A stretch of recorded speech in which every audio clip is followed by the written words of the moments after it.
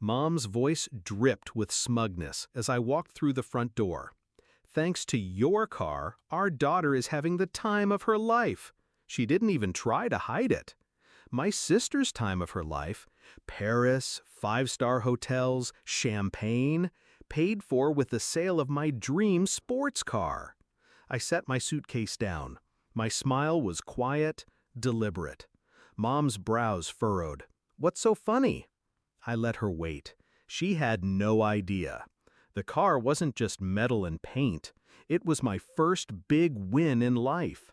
A midnight black, limited edition Aston Martin DB11, rebuilt by my own hands over 2 years.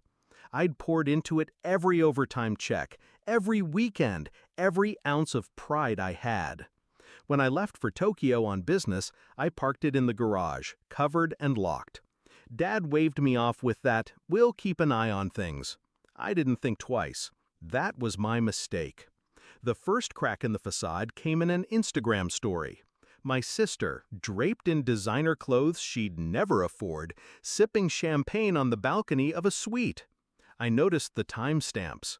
I noticed the ring on her finger, a diamond tennis bracelet reflected in the glass, the one my parents swore they couldn't buy me for graduation because money's tight.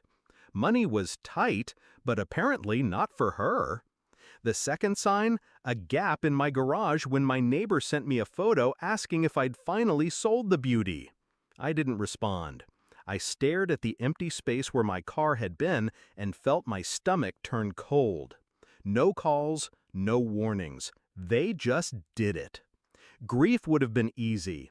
Anger would have been natural. Instead, I sat in my Tokyo hotel room with my laptop, credit card statements, and a pen. I started listing every asset in my name, every shared account, every family debt tied to me as guarantor. Revenge, I knew, works best when it wears the suit of legality. Step 1, I called my lawyer in Tokyo, a man who didn't ask why, only how soon. We transferred the ownership of my parents' house title from my name back to theirs, removing my financial liability. That meant every tax, every repair, every overdue payment now fell squarely in their laps.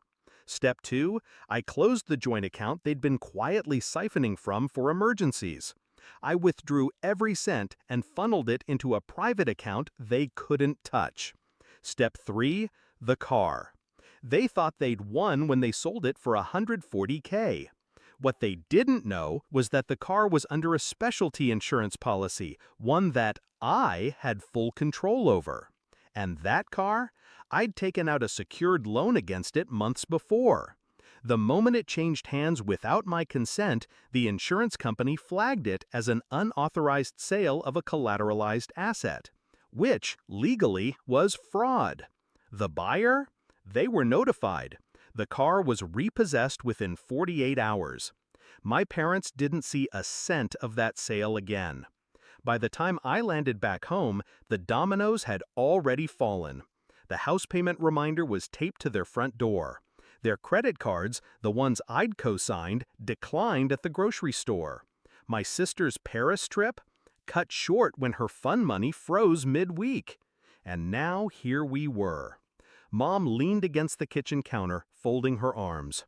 "You're being awfully quiet." I took my time, pulling a bottle of water from the fridge. "Just thinking," I said, unscrewing the cap. She smirked. "About how your car's gone?" I met her gaze. "About how it's back in my name. About how the bank froze the funds from the sale. About how you now owe the insurance company for selling property that wasn't yours." The smirk cracked. "You what?" I stepped closer, my voice low and steady. "You turned my hard work into your daughter's vacation fund. I just turned your little scheme into a debt you can't run from." Her eyes darted toward Dad, who had just stepped into the doorway, pale and silent. "And one more thing," I added. "The next time you try to take something from me, remember how easy it was for me to take everything back." They didn't say a word. The next week, my sister's car, the one I'd helped her finance, was repossessed. She called me screaming. I hung up. 2 months later, the house was quietly listed for sale. People ask if I regret it, if maybe I should have just confronted them face to face before pulling the trigger. But betrayal is rarely an accident. They counted on me being too shocked, too family loyal to fight back. They forgot I learned strategy from them. I didn't scream, I didn't slam doors. I just turned the chessboard, made my move, and let them watch their king fall in silence. Back in the kitchen that day, Mom finally asked, almost whispering, "What's so funny?" I smiled. Not cruel, just certain. Because the car you sold was never really yours to sell. And now, neither is anything else you thought you had. Her face collapsed. I walked away. Some victories aren't loud. They're quiet enough to hear the other side break.